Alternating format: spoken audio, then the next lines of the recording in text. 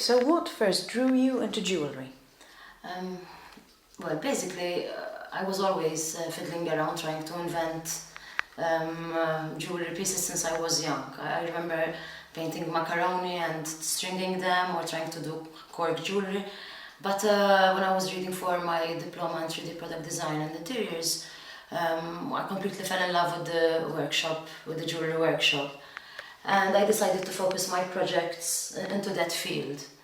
So then basically I tried to build my career when I set for my degree in product design. What materials do you like working with and why? Basically, I usually work with sterling silver. Why? It's because it's the most affordable white metal, basically. And people, when they want to acquire something that is not so expensive that they can wear for daily purposes, it's the most affordable metal. But I also work gold and palladium upon request. Usually I use these materials for union rings, engagement rings and wedding rings, but also for other projects. And recently I have started remelting my clients unused gold. So basically it's a process where I am giving the full value of their metal, because if they sell the gold, they will not get the full monetary value. So I like the idea of recycling and reusing the metal. What stimulates your creativity? It depends, because the creative process can vary from one project to another. So if it's a private commission, it depends on the client's needs, on the client's tastes, on the style.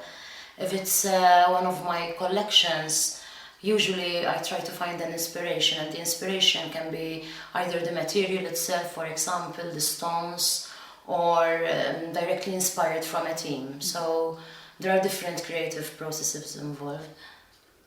Aside from jewellery, what else do you like crafting?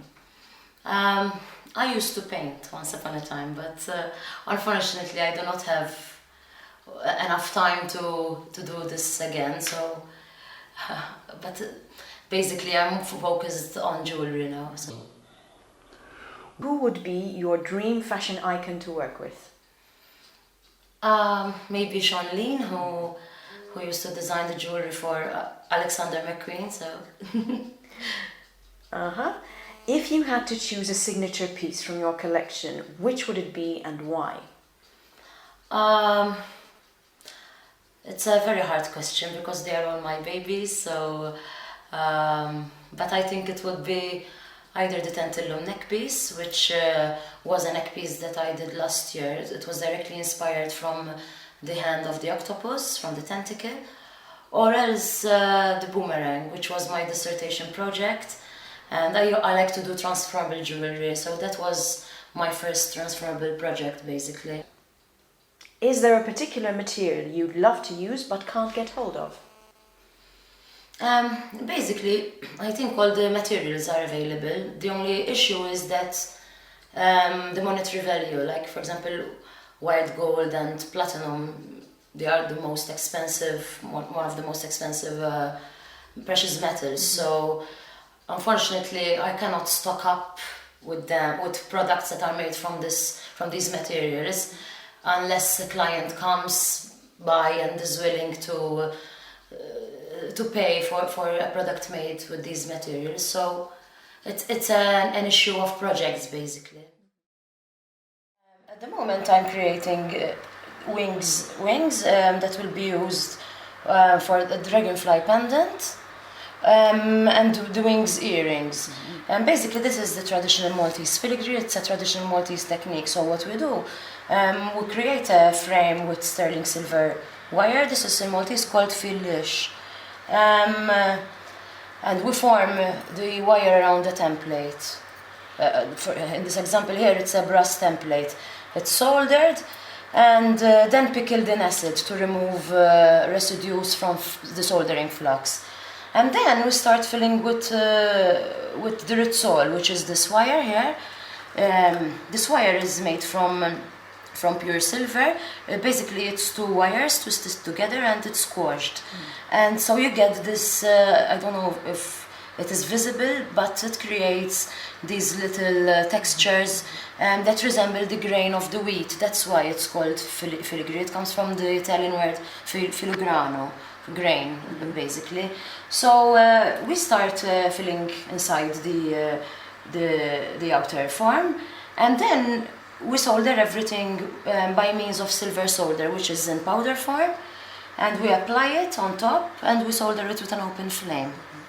And basically these are the components which I later patinate to darken the silver and make it black, basically. So basically I create my own exclusive lines, and some of them are limited edition pieces and some of them are exclusive one-offs.